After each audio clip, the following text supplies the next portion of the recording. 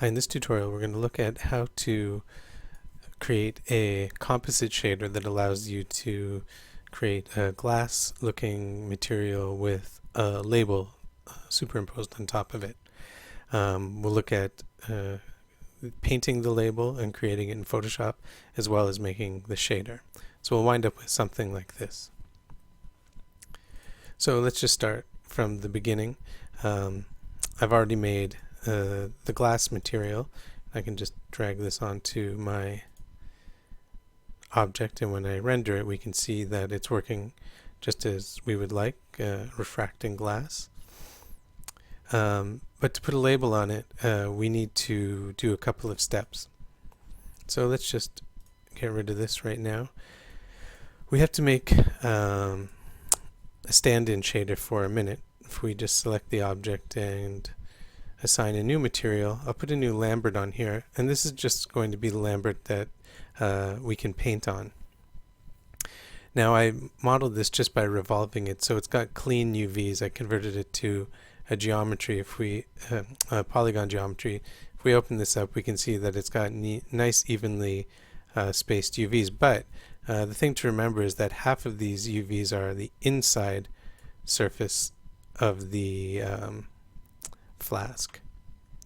So we have to be aware that when we paint something on here, it's going to be somewhat compressed, and we might want to re-UV map it later on so our paint strokes more accurately match up with the way they'll appear in UV space. Just to give you an idea of what I mean, I'm going to right click on this and go to 3D paint, and the first thing we have to do in the tool that opens up over here, we're going to paint in the color attribute, but we have to assign a texture to it first. So I can just click on there, and we want a 1024 by 1024 texture. So we'll just assign that. And then I'm going to flood paint this white. So it turns all white. And then I can paint in black. So let's say I want the label to appear somewhere like that. And even if I wanted, you know, a ring going around the collar of the flask here, I can just rough this in. This is just meant to be a guide, but you can see how it's updating here in the UV text UV editor here. Even though I drew something that was sort of circular, well, not really, but it's even more squished here in the UV texture editor. The line looks like it's straight across, but if I want something to look like this, I have to match this shape here. So I can just save this file, and of course I set up my project earlier. So now I can go into Photoshop. Let me just close this, and I can open up that new file that was just created. So if I go into, I'm working on a PC here, so it might look a little bit different than yours, but if I go into my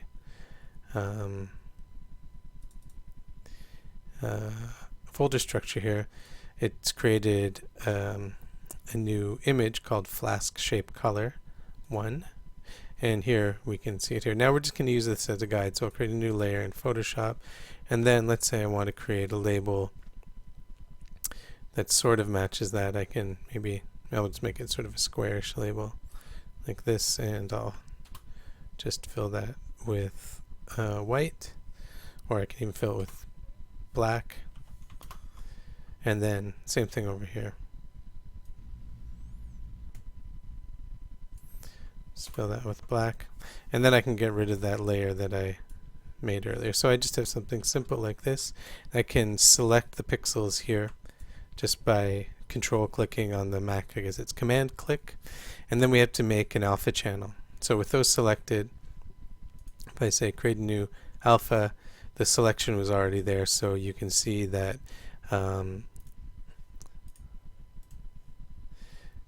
if we just look at our channels here, the alpha channel already has that in its selection. So I can just deselect now, and black of course is transparent, white is opaque. So I can save this now as a tiff, because a tiff can hold an alpha channel, and I want to save it into my text folder. where my textures are, and I'll just call this flask shape label tiff. Turn off layers, we don't want that. Make sure alpha channel is turned on. No LZW compression. And there you go. So now we'll go back into Maya. And if we open the hypershade, I'm just going to close this. And do I have the hypershade open? Nope. I do, yes, actually. So here's Lambert 3, the one that we just created. If I go into color,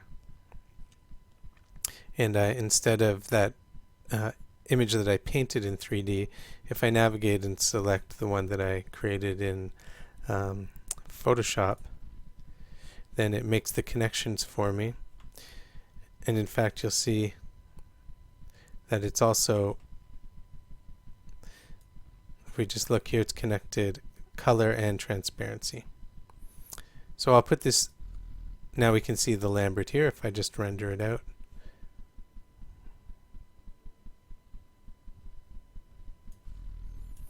It's transparent everywhere except where the label is, and it was a black label. Now, if I don't want the label to be black, in that Lambert that I just created, and I'll call this label shader, I can break the connection to that file. And now the transparency is coming through the alpha channel, but I can change the color to whatever I want. So let's just make it something obvious like red, and we render this out. Now the label is red. So we can use the Lambert material itself to change the color. If you wanted to paint a texture or do some writing or something on the area of the label, then you'd have to have the color channel actually attached to the Lambert color attribute as well as the transparency. So now we want to construct a layered shader. Let me just delete the layered shader that I have here already. And I already have the mental ray material, the glass, here. And here's the Lambert shader. So let me just tidy up this area here.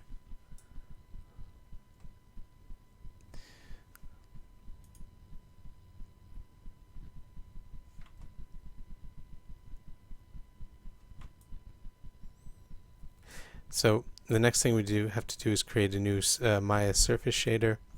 Sorry, not a. Yes, we have to create a first layered shader.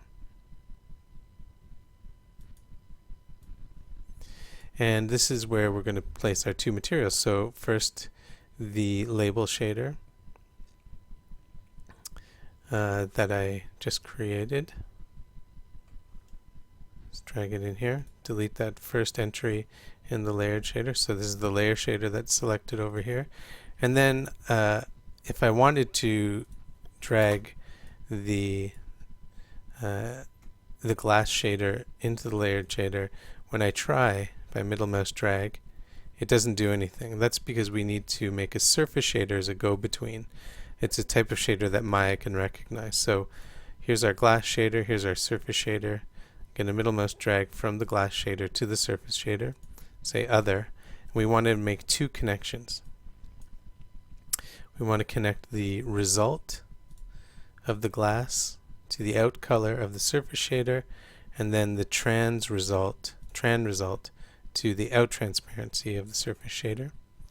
And then open up the layered shader and drag the surface shader as the second entry there. Now if we apply the layered shader to our material and do a render,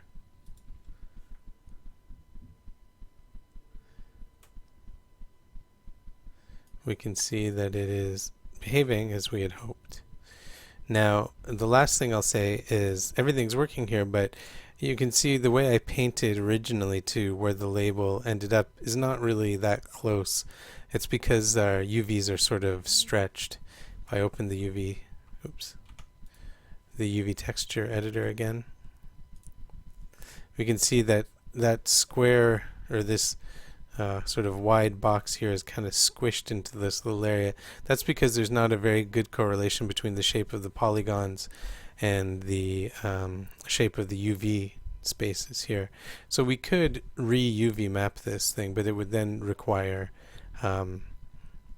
painting the textures again so they show up in the right spot, but it would give you a better one-to-one UV to polygon situation. So that's something we'll look at again, but for now this works just fine, so you can combine a glass shader with a label. Thanks.